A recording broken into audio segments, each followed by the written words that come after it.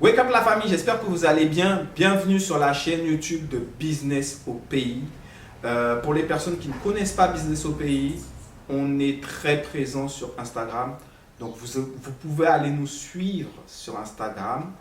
Un peu présent sur TikTok. Là, on est en train de, on va dire, de présence sur YouTube.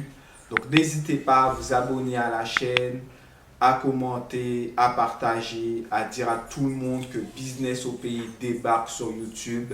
On va commencer la vidéo tout de suite.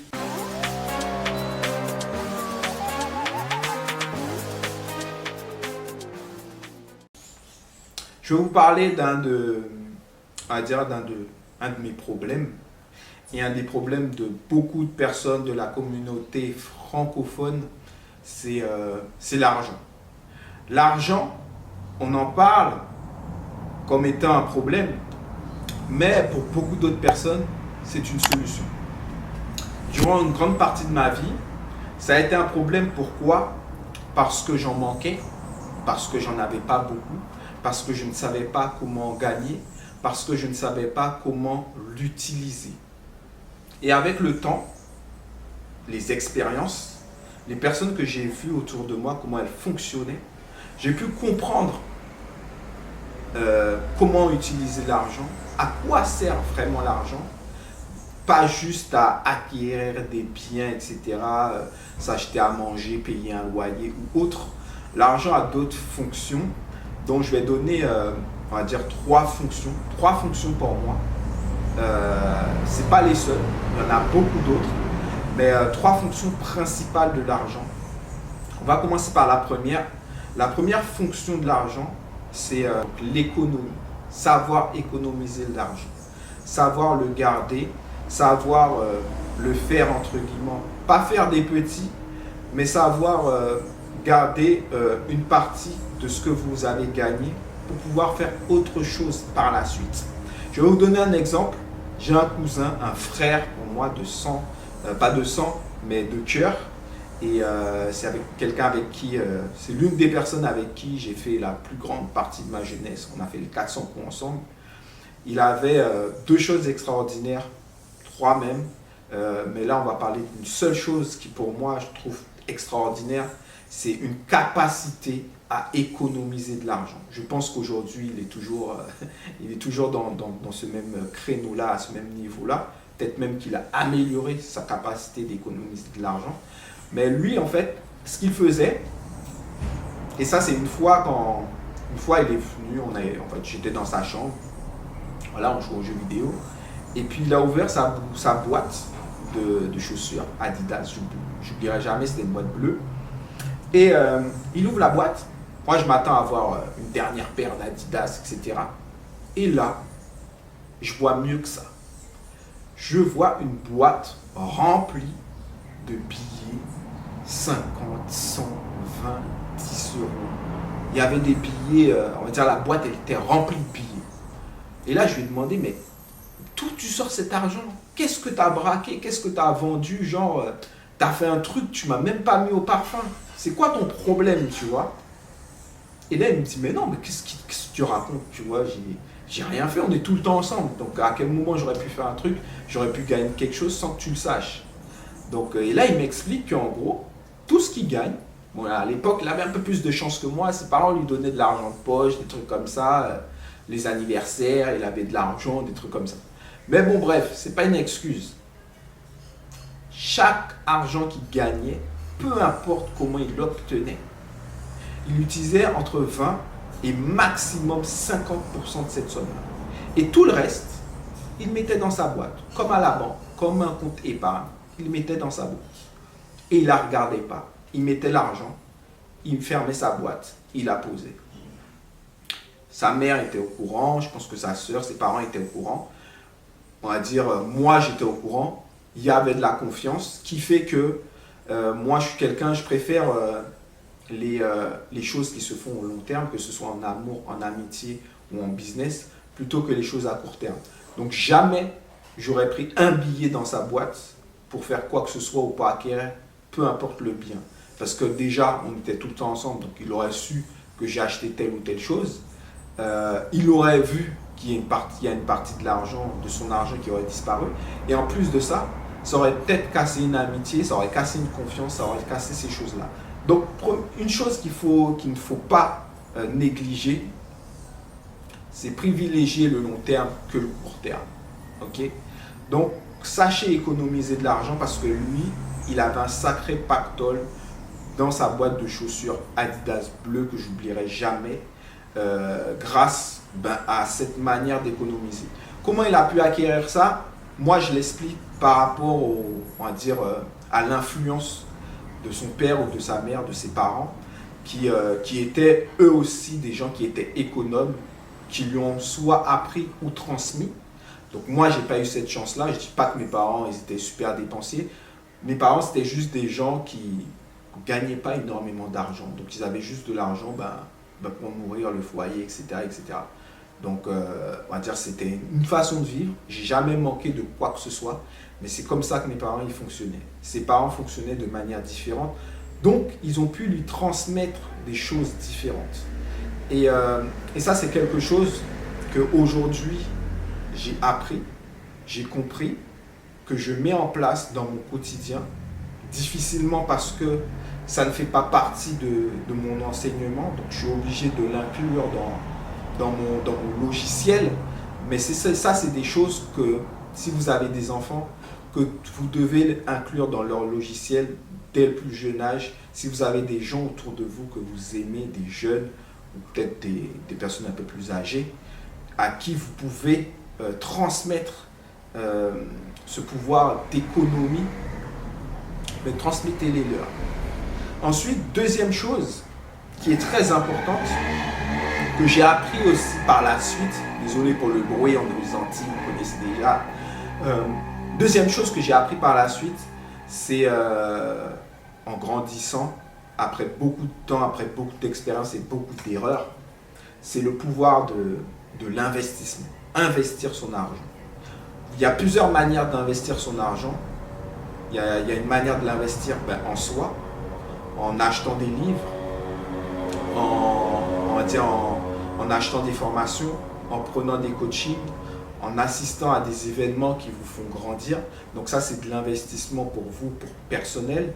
Ensuite, vous pouvez l'investir dans du bien matériel, comme, on va dire encore une fois, des livres. Des livres, c'est des biens matériels, ça dépend de quel livre. Il y a des livres en édition extrêmement limitée. Vous savez que si ces livres-là, ils sont apparus, c'est des livres il y a peut-être peu d'exemplaires.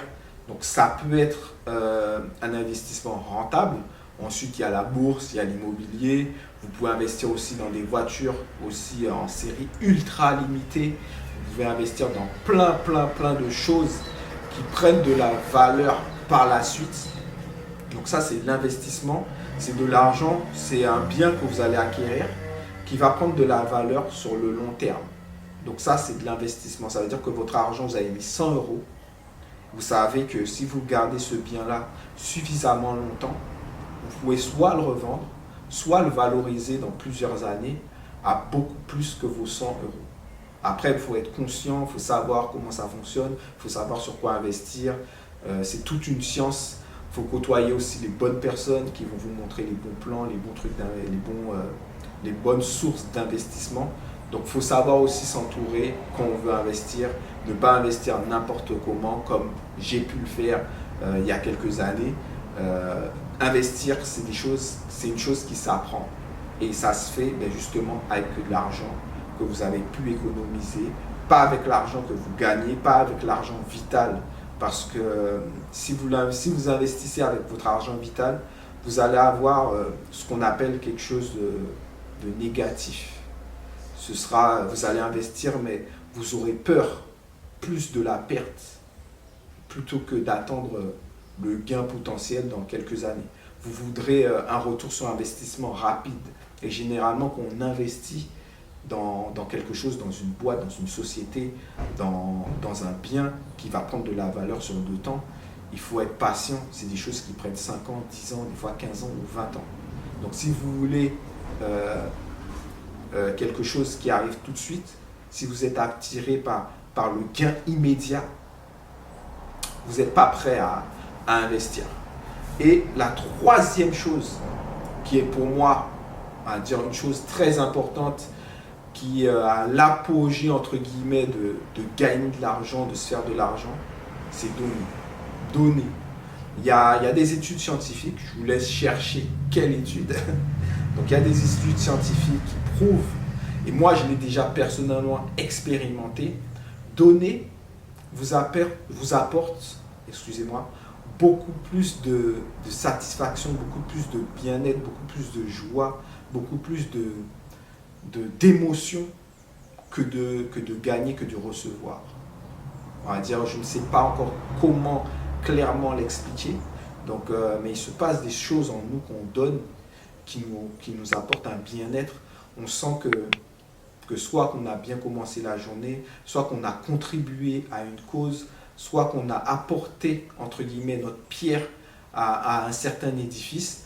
Donc moi, on va dire personnellement, quand je donne, et généralement c'est dans des commerces locaux, donc dernièrement, il n'y a pas plus tard que ce matin, j'ai acheté une baguette. Généralement, je laisse entre 20 centimes et des fois 1 euro en plus, on va dire quand on rend la monnaie.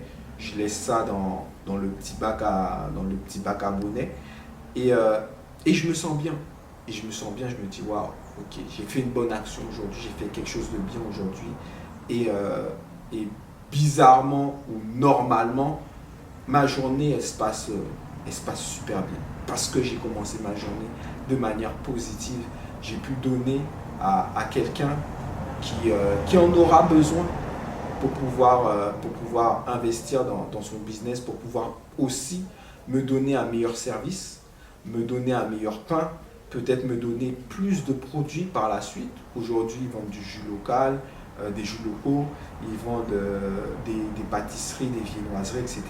Mais peut-être que demain, ils vont me vendre autre chose qui va me plaire. Ce sera grâce, entre guillemets, en partie, mon investissement et peut-être, enfin, mon don et peut-être ce que d'autres personnes font. J'espère que je ne suis pas le seul à donner. Je ne pense pas être le seul. Le petit piège avec le fait de donner, c'est que quand vous donnez, souvent, vous attendez de recevoir tout de suite. Vous attendez de recevoir rapidement. Vous attendez, même pire, de recevoir de la personne que vous avez donnée. Et ça, c'est une erreur d'attendre de recevoir de la personne que vous avez donnée. N'attendez pas de recevoir. L'univers, Dieu, Allah, Bouddha, vous l'appelez comme vous voulez, vous voit. Et il va toujours vous rendre. Il va toujours vous donner. Vous allez toujours recevoir. Et souvent, et la plupart du temps, vous recevez de la part d'une personne totalement extérieure ou d'une chose totalement extérieure ou de quelque chose que vous n'aurez même pas imaginé. Vous allez recevoir soit